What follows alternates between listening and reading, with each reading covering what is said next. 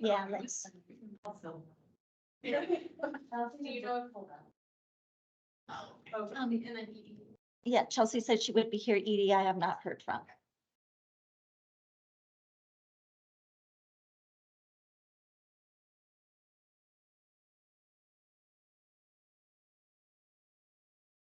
I got a question for them. When there's an author with a hyphen. Oh, here, that's not super. Oh, you could have gone. Yeah. When there's that author with a hyphenated last name, what is how is it shown? So like if it's like Ashley Jones Smith, it would be under Jones. At first, the two last names. How did you show? I'm wondering. I spent no time. Out there and then she's reading that. The audio is great. Maybe it's just Words just by the. But it's kind of the last name. Is it the Scott of the last name? So I'll tell you. Right, but that's not hanging on the cover. Right. tomorrow. Well, it's B and Harry. B Harry, it's just under Harry. All under Harry, yep, everybody's got it. I know it's called. Anything special. The middle's a little. It's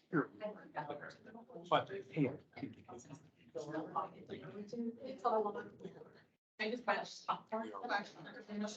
It makes. That's when It we is get great. that. When he gets home, all the middles.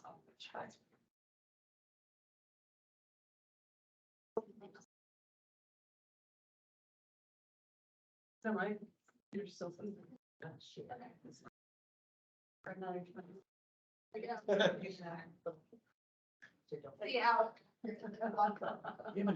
Started this morning. That's awesome. That's gonna be very lucky. It's It'd fantastic. be a good night. It is. Have a good night. Best library board meeting ever. Sunshine.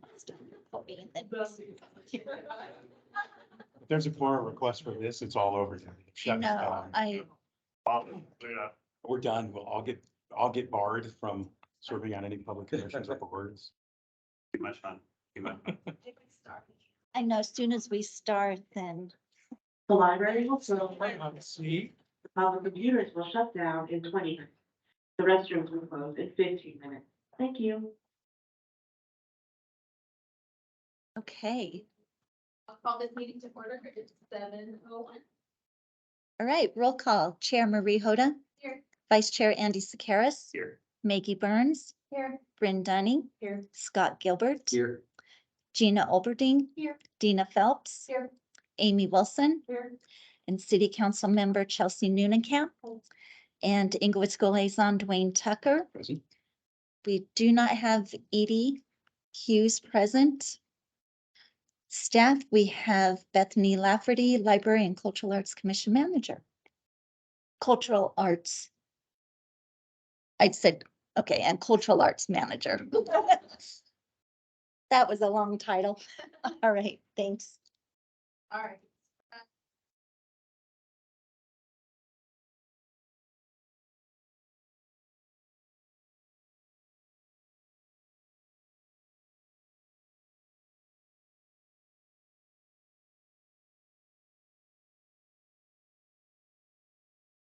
All in favor? Any opposed? Great, great. So we'll move on to reports.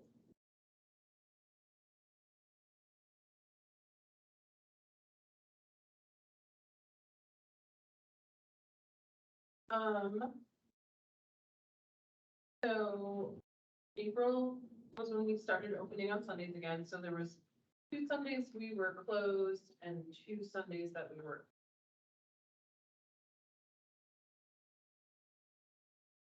28 days. When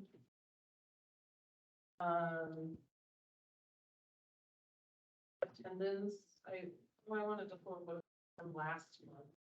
But I think the attendance just keeps increasing each month. And I just wanna, as a reminder, the April 2022 numbers and the last year-to-date numbers are basically double what they should have been. So if you're trying to kind of make a true comparison, you can just kind of mentally cut those in half. The website has been getting a lot more hits, and I think a lot of that is driven by the implementation of passwords. So people have to go to the library website and then to the catalog actually to update their password to it, one of their choosing after a default one was assigned. So, and then we're also utilizing a section of the library website that was created during the closure for closure update information that communications was doing. We're continuing to use that for just general library updates. So we've kind of rephrased it on the library's like homepage as library updates. So that's where we're kind of directing people currently for like the information about the passwords and stuff like that. And then we'll do some other updates about culture passes. And it's kind of like we're doing it, posting it up there after we've done like the push on social media. So that there's a place where it can kind of live for referencing back. So that's sort of what's driving that increase in looking at the website and the catalog. Facebook is picking up and Instagram has been holding pretty steady, so that's really good. We're really, and I think with the month of April, we were really having a much more organized approach to social media posts and stuff like that. So that's good and having a good impact. And we have some things coming up that are being planned for just kind of fun posts, as well as promotional information about online databases and stuff. I'm gonna note, oh, the Culture Pass. So under the circulation section, Culture Pass, I'm actually including that as part of the digital checkouts because they aren't physical items that are getting checked out, but basically digital things being sent for Culture Passes. So the very first month they went live, I think last month we had 16. I think it was 20. I should have. Sorry about that.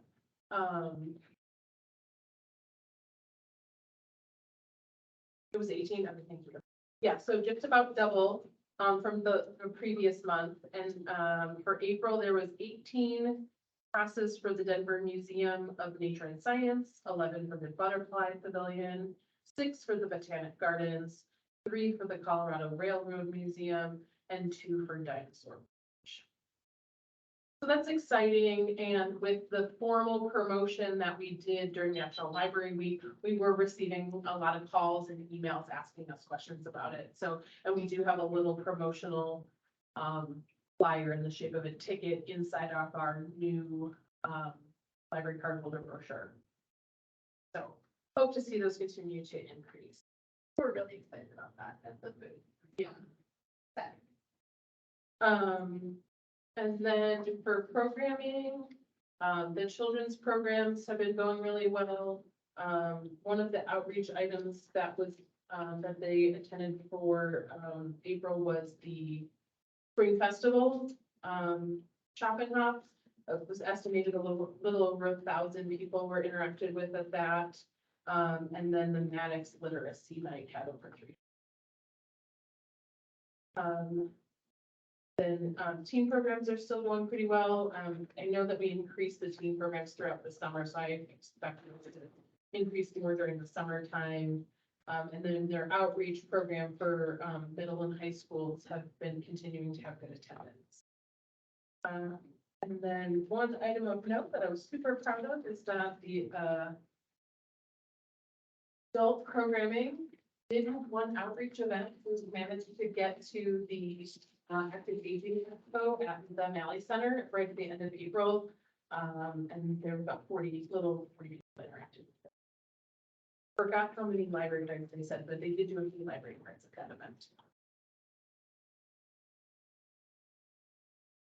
And then for incidents, we only had 6.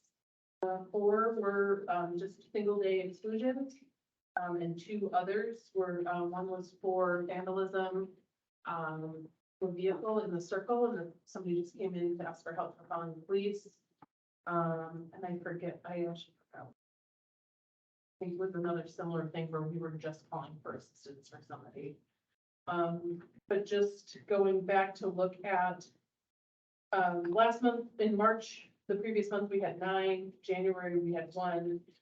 But for context, in November, we had 20, and December, we had 14. So our situation is greatly improved with regard to patron behavior. In exclusion, a higher level of, requires a higher level of offense. Yes, that's correct. Cool. If you, like, obviously the numbers show it too, but like, you feel like the stress levels are. Yep, I mean, many people, patrons and staff alike have said that they feel much more comfortable in the library. The tension for staff, the tension is greatly decreased. I mean, even just last Saturday at the end of the day, we were all just like, this was a nice smooth day. There was a big event going on outside, and so to not feel like overwhelmed by things was really a good feeling. It was one of those people. Yes, Yeah. yeah, sure. What do you think? Obviously, there's staffing, there's new security, there's the entrance. Is there one thing that you like is the most impactful? You know, it's hard to know for me if the contracted security on the outer parts of the building are like what degree their impact is, because I don't see if there are people who are coming up and then deciding not to come in when they see them. I mean, I do know we do still see many of our regulars that we had before, but some of the recurring behavior issue individuals, I have not seen them come back. Some of the people I knew who were excluded for drug offenses, I have not seen them come back. So, you know, I feel like we were closed maybe just long enough for some people to develop new habits and routines and to establish themselves elsewhere and didn't come back, which is fine. That's actually the one great thing about libraries too, is like, we're not in competition with other libraries. So if somebody's like, well, I'm gonna start going to this library, that's okay, you know? But you know, for the people that might have been causing problems for us previously, it's really hard to know why we're not seeing them come back. We have had some complaints about the single entrance as well as our bathroom process. But as we explain that the ultimate goal is for safety, most people get on board and are okay with it.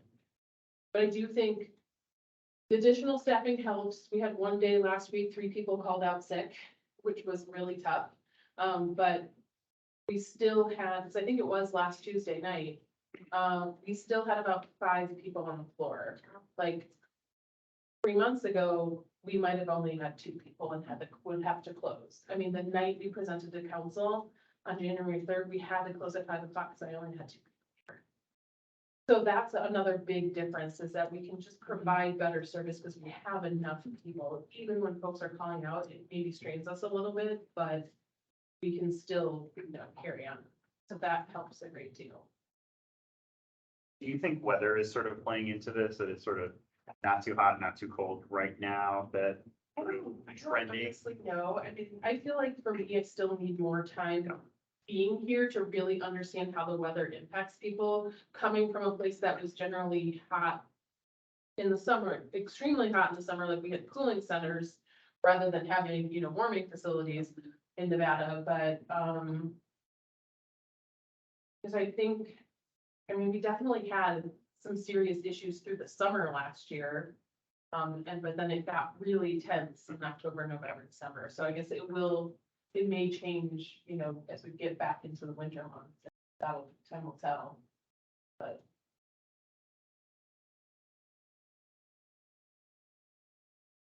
Any other questions? I'm just curious, I mean, it's funny how numbers sort of erratically go up and down, but I kind of give up on the reason for some of yeah, those fluctuations. you know, I think too, like, I'm trying to look at, you know, the circulation numbers a little bit too, because you know, it's like every month the collection size is going to fluctuate based on materials we've added and things we've taken out and, I don't know, I mean, I feel like we're not really circulating even 10% of our collection. But I also wonder if these are just numbers for our physical items going out, whether it's items checked out by our Englewood cardholders, and does it count what people request when we fill holds? And like our holds filled just for holds for pickup here, or how many holds are we filling at other libraries? So there's still some of the details of this data that I don't understand, that I'm trying to get a handle on, because I don't know that it's as cut and dried as we make it look in this document. And 2022 is also still like very much a COVID year. Yeah. And like, I know that I was personally putting a lot more books on hold rather than bringing my kids in. Yeah. So Yeah, so that's like why, the numbers still really are. yeah, and that's why cause like we send out easily. Well, I mean, when we do the bins too, there's sometimes we're returning items to other libraries. So it's hard to really know how things are being calculated, because we borrow and check out a lot of items from other libraries. So is that a checkout for them, or is it a checkout for us? Because we checked it out to one of our cardholders. Yeah, I don't really know exactly how this data is tabulated, because it's done on the side of the Marmot Library Network. So that's something I'm still trying to get a handle on. Cause I've been thinking about that too, that I'm just like, it seems so arbitrary.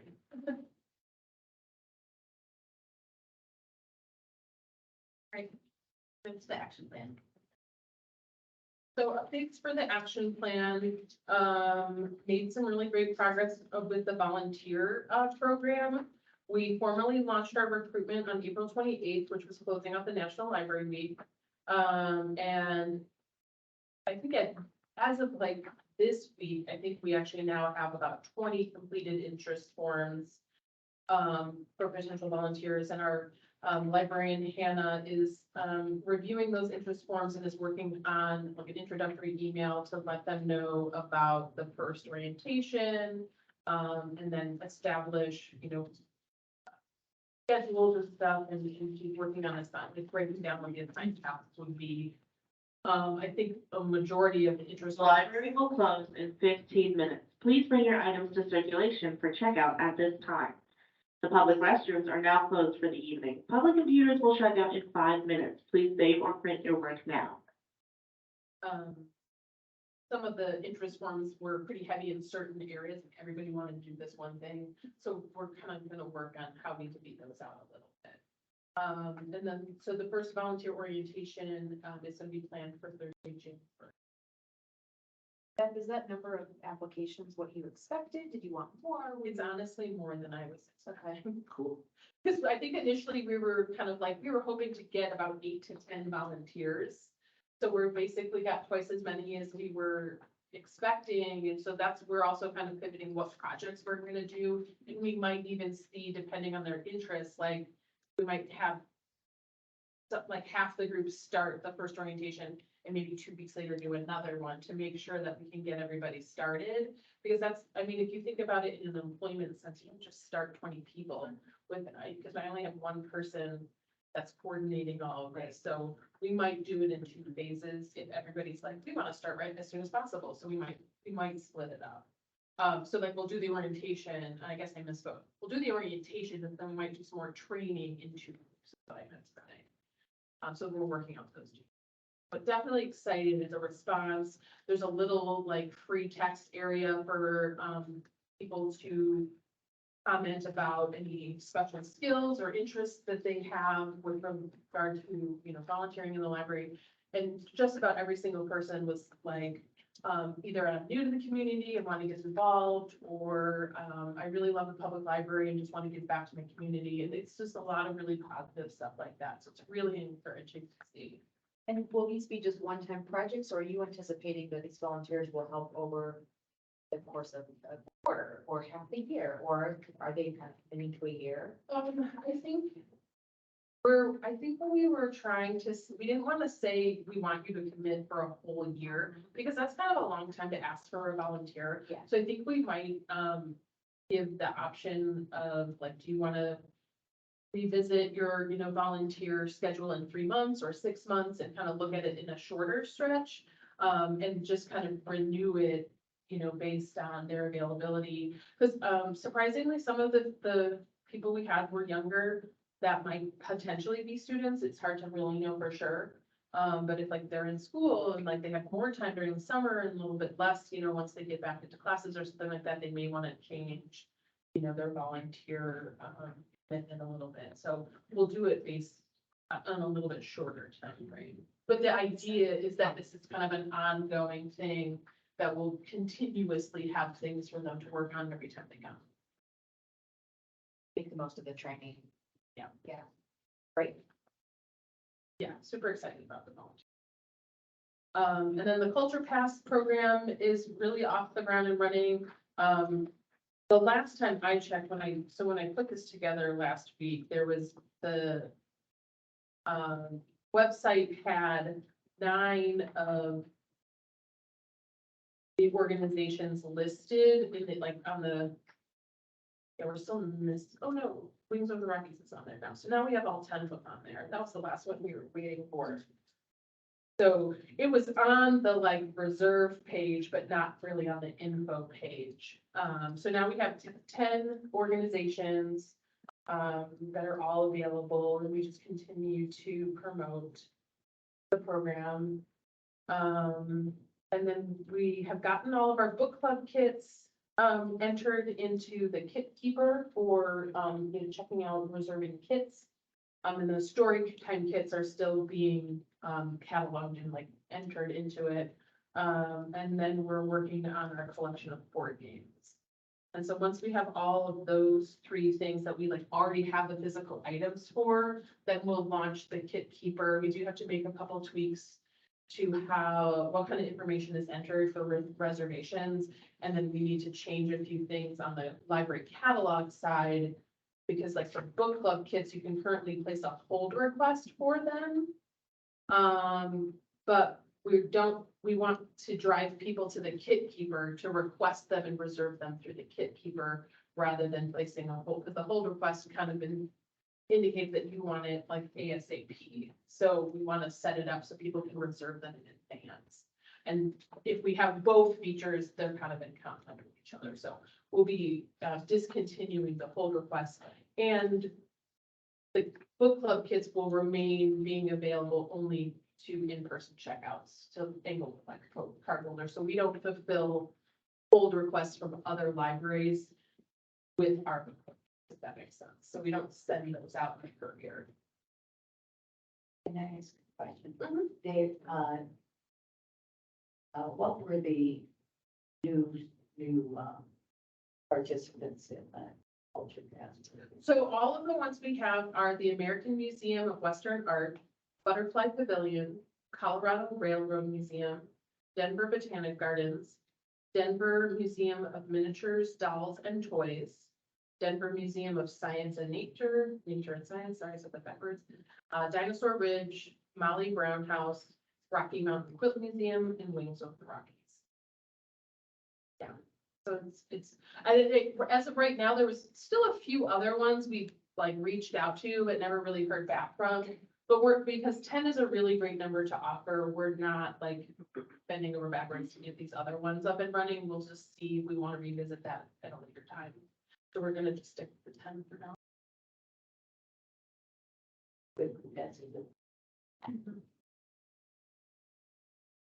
So yeah, we're excited about culture passes and then doing the kits. And then there's more plans for some of the other kits, like different types of kits. Stuff start developing later in the year. Englewood Public Schools, I'm still, working on the process for establishing an access point for school library cards, so students can just automatically have a library card. A new project that I am working on that it didn't really occur to me was a collaboration with the schools until at the most recent meeting I had. The Englewood Restorative Justice Program is spearheading an activity month in October to recognize Conflict Resolution Month.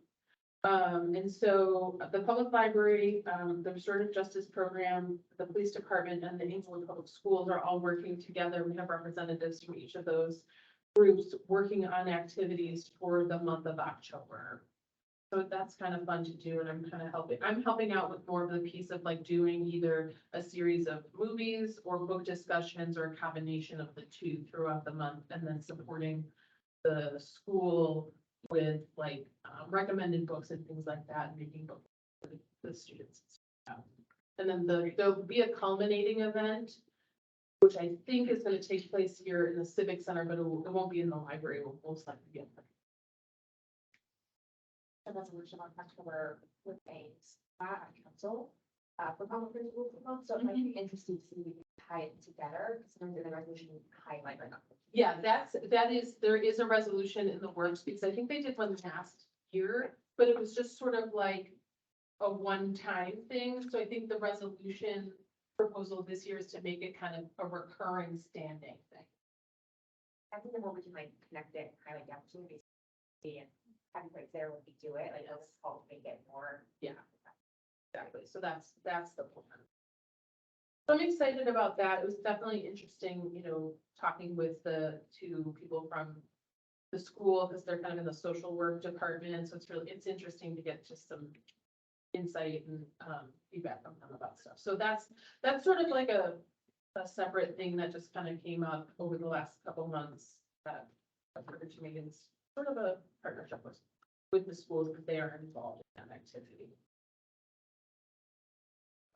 For staff development, oh yeah, the end of last month, myself, like patron experience librarian Carrie Watson and adult services librarian Corinne Barnett, the three of us attended the Library Safety Summit in Columbus, Ohio.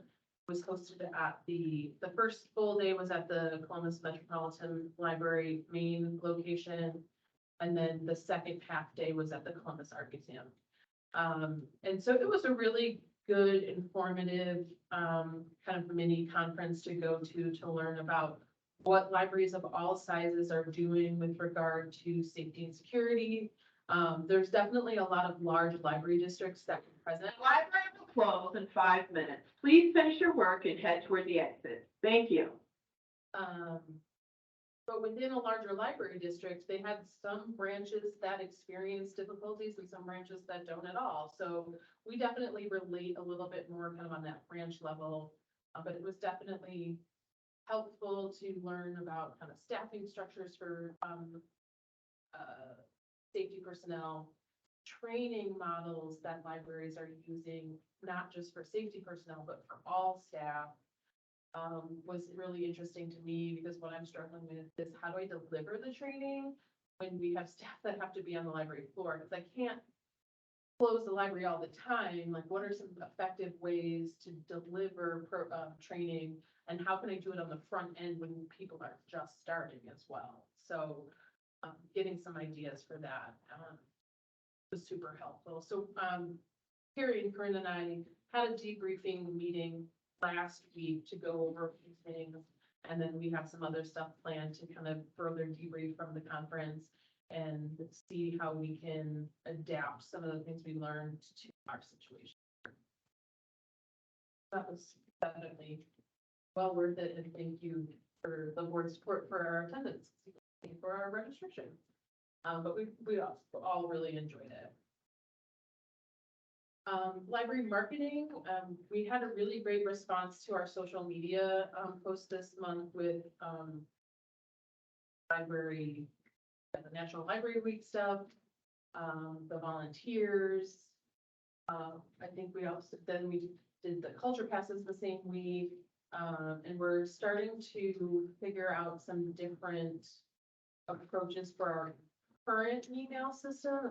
One of the things I did learn about when I was at the safety summit was a different type of software that can coordinate with our account library card holder, program, our integrated library system, because that would be the best way to be able to do things, that we just automatically have people's email addresses and contact information when they sign up for library cards, instead of having to manually transfer stuff. So we're looking into seeing if that is something we can do, but I don't know if that's kind of in conflict with the city's kind of preferred delivery of information. So we're looking into it, but we're coming up with other creative workarounds to get our email notifications more up to date.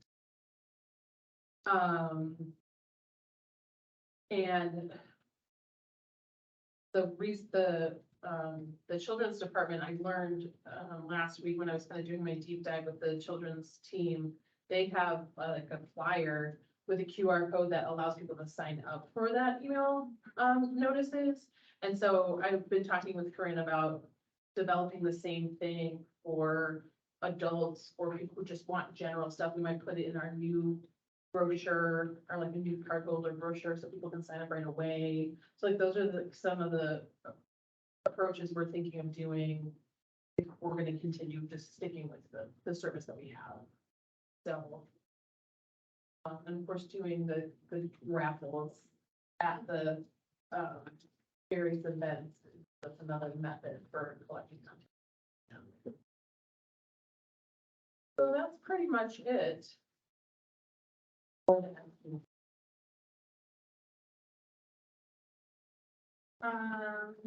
there any budget concerns? Not right now. Okay. For new business, old business, we will need to add in what we think Hey. today. The capital requests. So,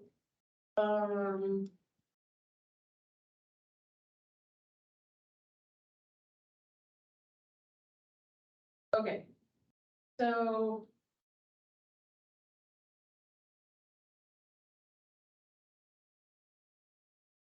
This is with regard to the capital improvement plans for the upcoming years. Even though the library doesn't have any current plans for capital improvements, the plan, needed to be reviewed by, is it by all the boards and commissions, Debbie? Those that, well, and there's like 4 boards, I think, that are tied in with the capital requests, or, is it based on bylaws sometimes, or Yeah, the departments? some are based on charter, commissions, of which the library board is one, and then council will be added to the budget advisory committee to also give advice, but we basically want specific input on how to make capital. Okay, From Parks and Rec, Planning and Zoning, Library, and Transportate, E-Tech, yeah. the back. Transportation Advisory Committee, and that's budget. yeah, so that's what Debbie sent out just this afternoon and has up here on the screen.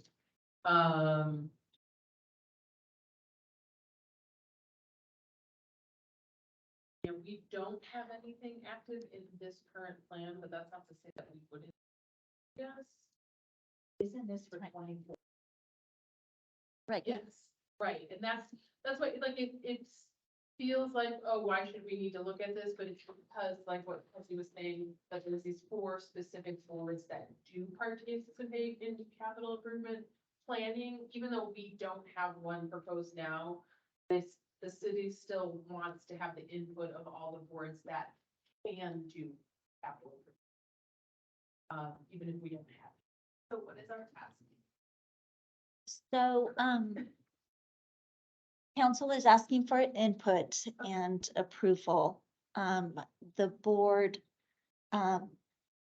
if you guys are good with, what is in the capital request for 2024, then we need a recommendation.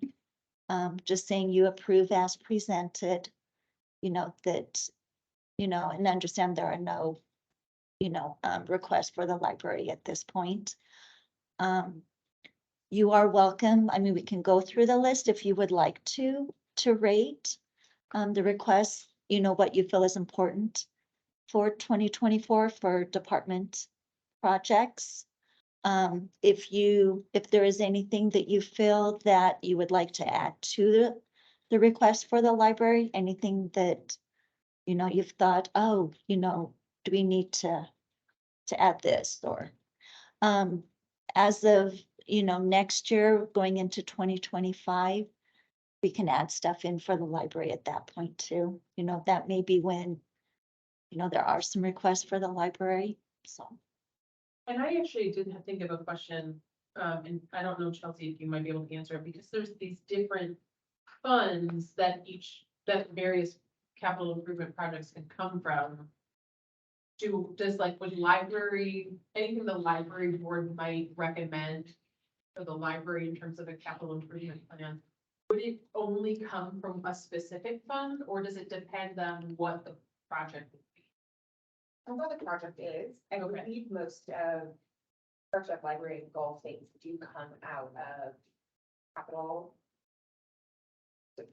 Conservation, Conservation, is the library contained as well? I'm sorry. I Part of it. well, I remember last year it does, but. yeah, I think, yeah, because open space is obviously,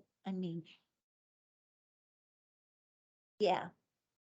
I think it has to be, Conservation Trust Fund. So yes, we use fund accounting as a city. There are certain funds that are allocated to go into those funds for certain projects versus our operating general fund, which is. As you'll see, there are many, many projects, everything from, roads and bridges to parks to, the water system and everything in between. And then they're tiered by project level. We were to fund everything in all of the tiers, it's dollars. We have, less than 10 to work with. So the prioritization is actually quite helpful of what we hear in this project. And it really is helpful to hear from folks about what do they think it's does. One thing that we're doing new this year that we haven't done before, they covered a little bit, I think, is like a better prioritization of all of the requests. So, start by the default, their own master plan, works has their own master plan, but they don't talk to each other very well about which ones are the most critical and how we weight them against one another. And so we have a new prioritization process that council pushed for after last year's plan to get better at kind of more full weighted decisions. So you can use that as well as there's some of the requests. And my personal plug is that I love your input as citizens, even if there's not library asks here. These are such big decisions that, Inglewood dug ourselves into an infrastructure hole over 30 years and it's going to take us a second to figure our way out. And so these are big decisions.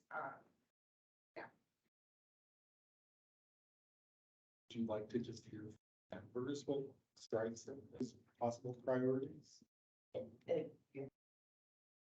Absolutely. Citizens or? You want to walk through like the actual process for The prioritizing, yeah, and it may be almost easier to read the instructions to make sure I'm okay. So, okay, so the commission will rank each project by entering the priority number in column L on that other page, and that was like 1 through 5, but we'll go back to that. And for PIF, the Public Improvement Fund, and CPF, Capital Projects Fund. You will enter the recommended amount of funding for each project under the 2 scenarios. Column M, if more than 5 million is available to for PIF and CPF projects. Column N, if 5 million is the maximum amount of funding available for PIF and CPF projects. For non-PIF and CPF projects, you will enter the recommended amount of funding for each project. Did So the that, 5 million is the total for PIF and CIF for each of them or for the total of the two together? think for each of them, For each. or is that, I think they're just saying that they want you look differently at projects that are 5 million or above and 5 million below. Okay, they're both available through the same funds. They're talking about. Yeah, do you need a vote tonight, or could we? Should we do this individually? so, this is due to, the city manager's office on June 8th. Our June meeting is, after June 8th. Could we do it, be like, via email vote?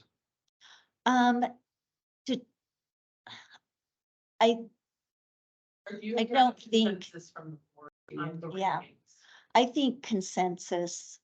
I do not think we can do, or, well, do you want just like feedback from the board members?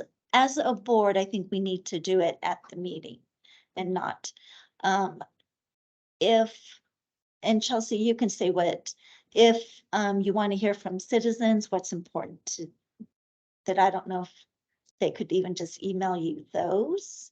Certainly, I mean, obviously, if anyone ever has thoughts on any of the budget over the next few months, individual emails are fine. If you want to act in the board capacity and it be aggregated with all of the other board and commission information, I think it's easier to go through this process. Yeah.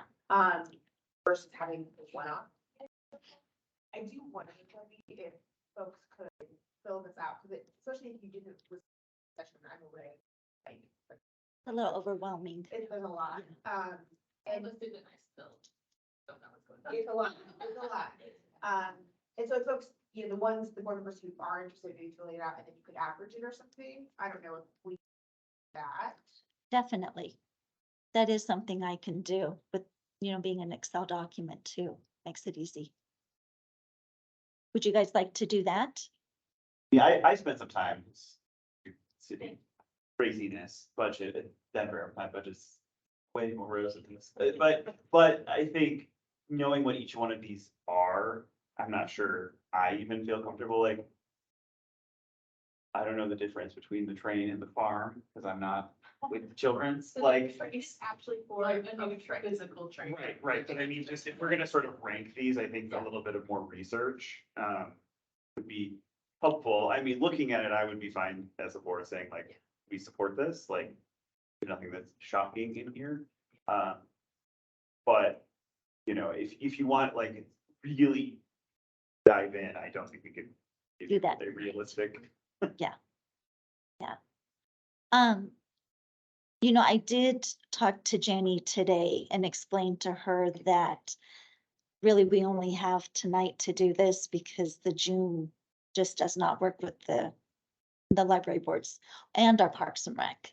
Do you know what I mean? We have just one night to do that. So, Chelsea, I'll kind of leave it up to you what, definitely from the board, like to do a consensus tonight. But if you would like feedback from them, I can do an average also, or is that something that could still be helpful? I think anything is helpful. I really leave it to the discretion of the board on if you want to weigh in on this. You have a charter right to do so. So I take that quite seriously. I fully understand that, the packet from that night was very robust and it was several hours and it was late. And so there's a lot that goes into it and we spend a lot more time on it. And so if you're not comfortable digging into the piece, I completely understand. For those, I think for folks who, if there's a group that really wants to even have a committee that let's have a conversation and average it out. I think we can do that, but it's really up to you guys if you want to weigh in. Well, we're one of the few that can, right? So it seems like if you don't exercise your right, I think that's our obligation. We should. And the other thing, the way that they're organized right now is a prioritization that was put together by the directors of the various departments. So like, for example, Christina, as the the director of Parks, Rec, Library and Golf, she would have organized all the things in the conservation trust fund in order of the importance she sees for the overall department. So that's the other thing to take into consideration too is if you're thinking about how are the library staff, or not the library staff, but the city staff recommending how these go, then these were curated by department director. That's what I think about that is almost. Yeah. Yeah, so it's not like time and thought. Like, I don't know. I'll go off-roading in a golf cart, I don't know.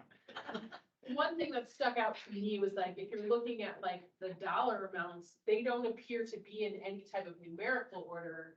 Because it's not based so much on what the cost is, high or low, it's the value of the project itself when it gets completed. That's how I kind of think about it. It's like, this is how they recommended that these be ranked in their department. And then when you look at the other funds later down the list, there's multiple departments in those lists too. Some of this, with safety, right, like bridges, water systems, and some of it is more subjective. Like those kinds of things, and so those are, some things that we.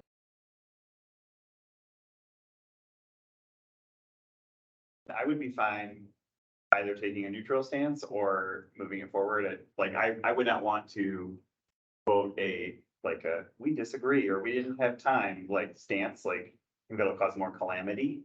I would be fine moving to vote for this in support of it or just being neutral. And then if you have very strong opinions, I strongly recommend emailing your couple folks. But that's just my opinion, so. I think that's a good idea.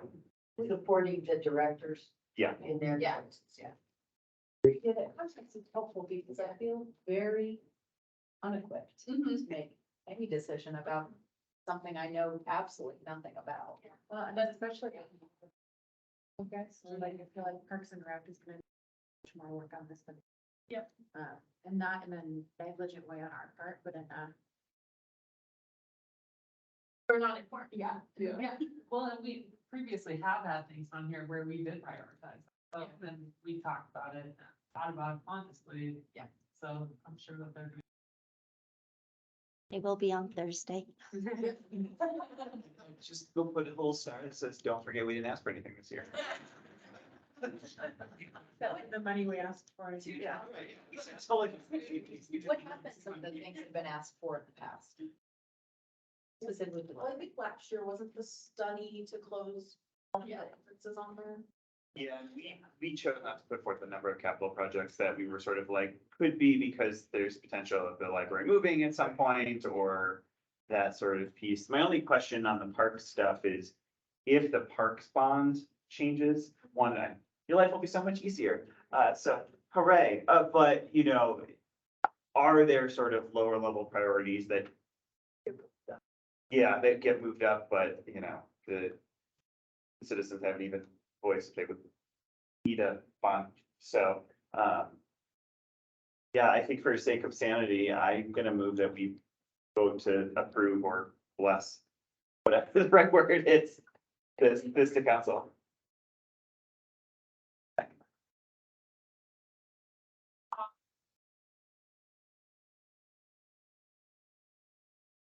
Any of those? All right. Could we say in support of the directors?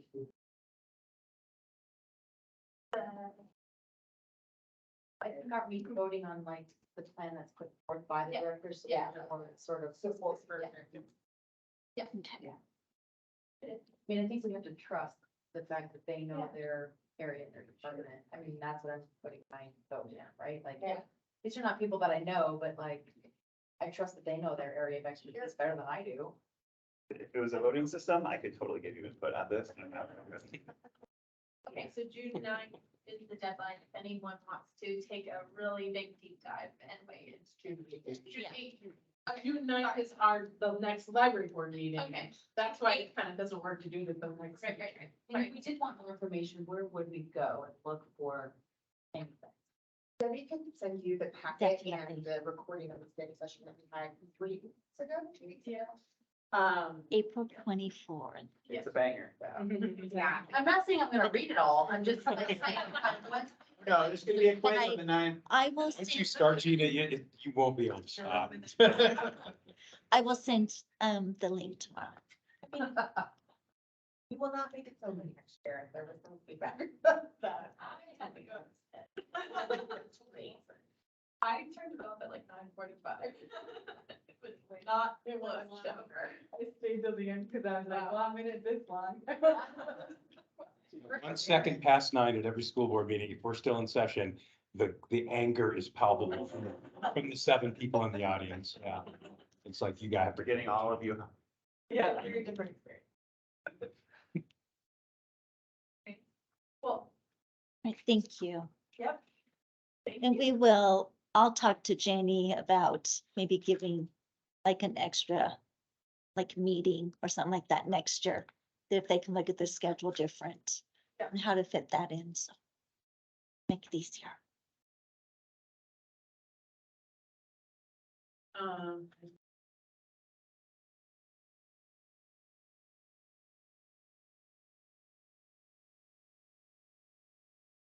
Okay, so if you don't, grab any information from the Greater Englewood Chamber, you might not be aware, but, next week on May 18th is the Chamber Annual Awards Banquet. The library has been nominated for a Sustainability and Innovation Award. So there are still tickets available for the event if anyone is interested in attending. We do have a table purchased for the city, and there'll be at least 2 library staff members in attendance in addition to Christina. Debbie, are you going? I'm not. Oh, okay. And then a few other folks, I think in development, and possibly even Sean Lewis is going. But I'm not sure if he's going or not, but should we? Okay, yeah, so they'll be going, but I don't know, I just wanted to mention it. Inside scoop is that we should definitely make sure there's library people there. Oh, that's what I've been told. Function, so that'll require. Let's say just in case, just in case. Don't do that, I'm gonna say, I don't know what they're saying.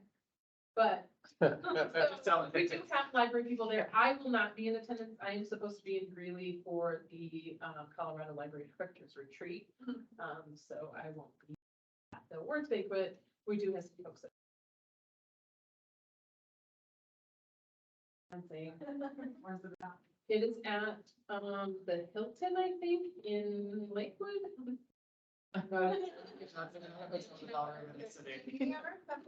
Chamber. Okay, yeah, I wasn't really sure, because I was like, it's not even like, kind of like facilities like that in Inglewood that I was aware of, so. Yeah, it's from 5 to 8 PM at the Holiday Inn in Lakewood on the 18th. I think that there's ticket information available on the paper's website. If you wanted to go. Board members' choice. I want to let y'all know that I'm gonna step down to my last meeting. Just, yeah, family logistics are hard for us, so, yeah. But I, told Marie and Andy, like, I would love to serve on this board at a later date when life is a bit more easy for us. But yeah, just thank you for serving on this board and having a great library and enjoy this. So, yeah. Yeah, we appreciate you. We'll miss you. Congrats, I'm like, your button before, yes.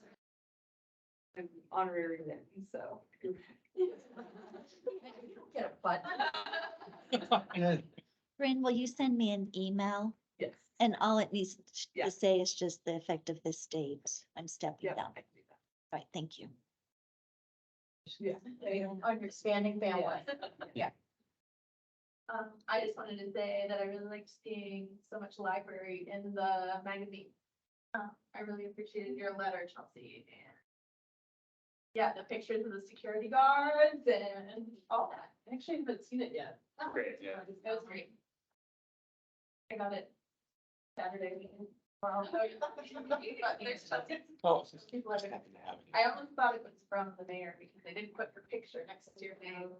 I was like, wow, the mayor is talking about The library.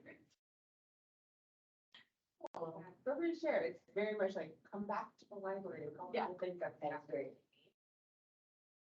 And wanting to keep doing whatever we can to support, and I thought you guys did such a great job having the booths on Saturday. I was just gonna say, I completely forgot to say thank you to those of you that volunteered, with us. Saturday at Celebrating Inglewood. I know it, and I have to say, it like really went a long way because the staff that were there were able to take breaks and stuff like that, which normally they might not get a chance to do. So it definitely helped. So I will call on you for the next one. Which is not until August. Yeah, Is August the block party? block party, yeah. It wasn't too bad last year. It was rainy and like crazy windy, and then it was good, and yeah, the weather was like all four seasons at once, I feel like.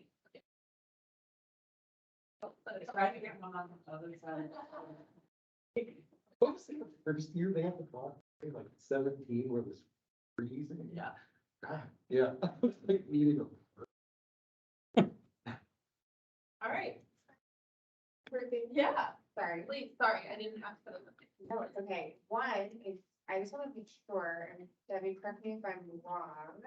But the volunteer night is coming up. That is June, I thought that was June 8th. Thursday, June 8th. Yeah. It is.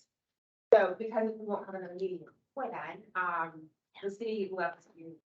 Thank you to all of the volunteers on our board and commissions.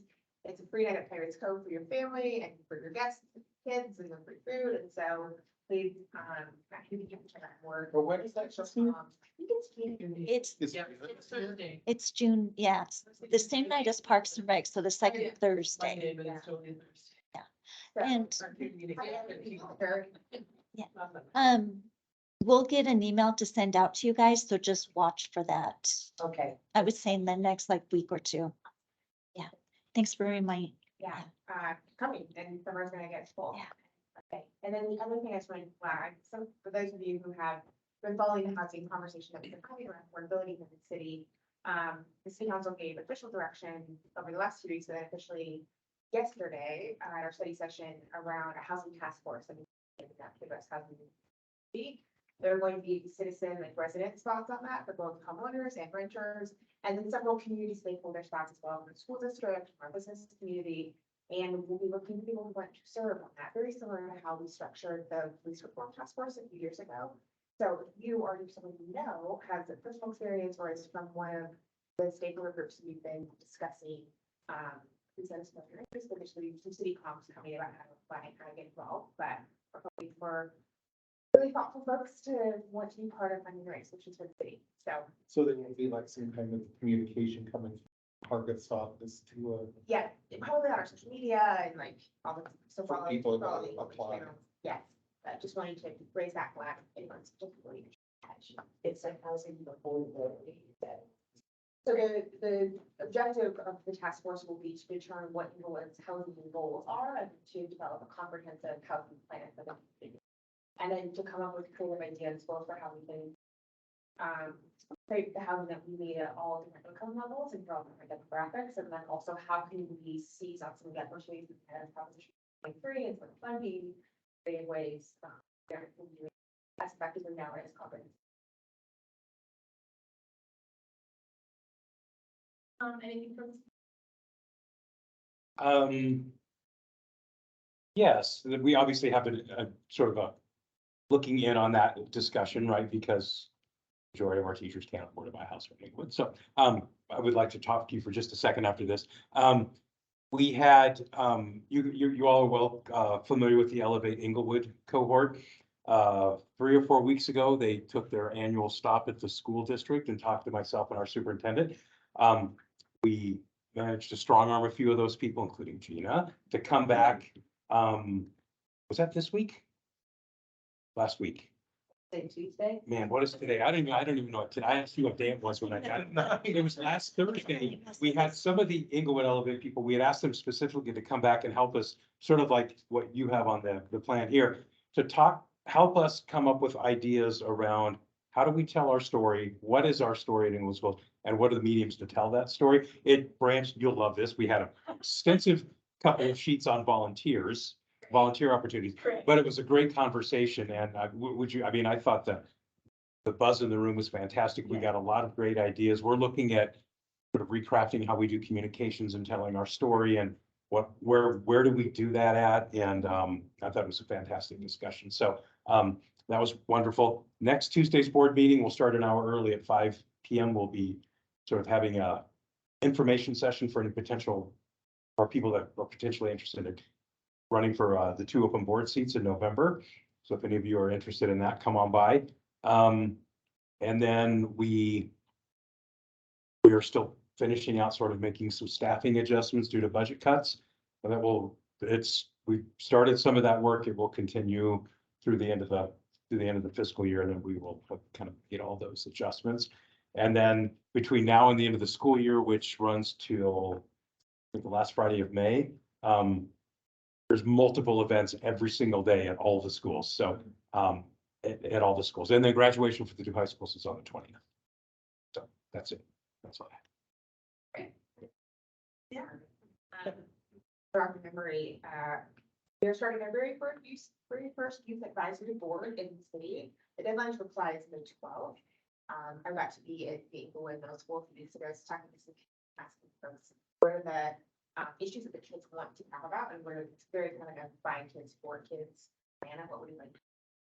So if you know what you like to get involved or think about what it would look like to create change in their own community, it's really with this. The deadline is Friday, May 12th. And if the library has any desire to help push that out, to some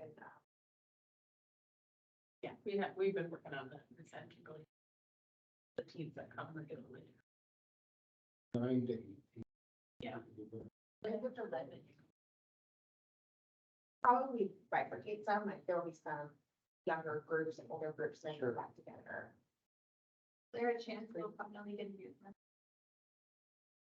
You know, this is potentially the thought here was that for some young people, the idea of serving, being a kid in a room adult would be tricky, which is why we've had our time with that. But I think if we can have some buy-in and some ability of like, oh wow, I can influence my own city, and that's a really huge.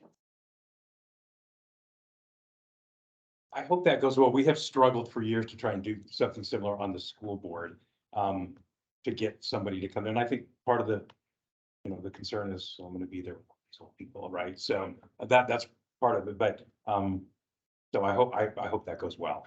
I'll be following that. Maybe stealing some of your recruiting ideas. Yeah, I just had a question. Yeah.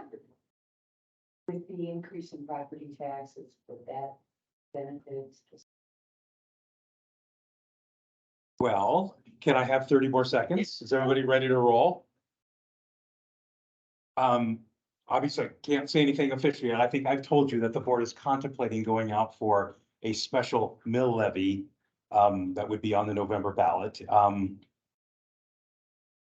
If we were to do that, for example, if we were to go out and ask for, say, I don't know, let me pick a number, Andy, 4.2 million. I don't know where that came from.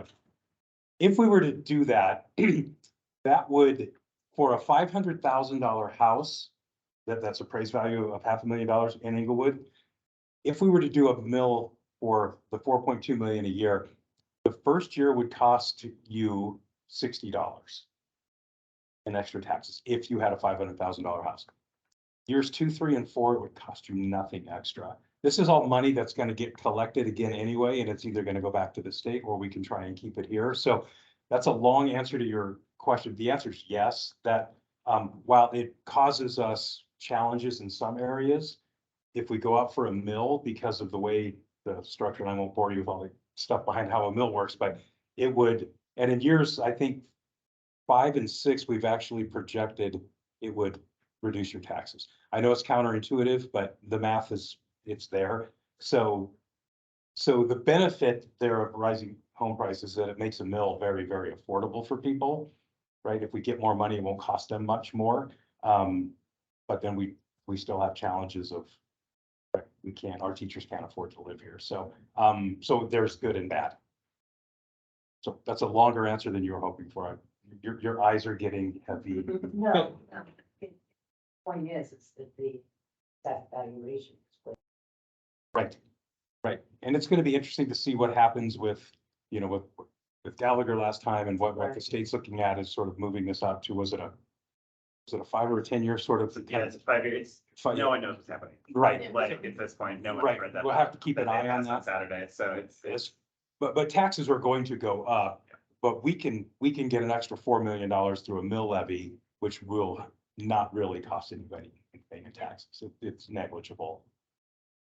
So, yeah. Indeed. All right, anyone else? Cool, it's 8:03 and we'll adjourn the meeting. Everyone.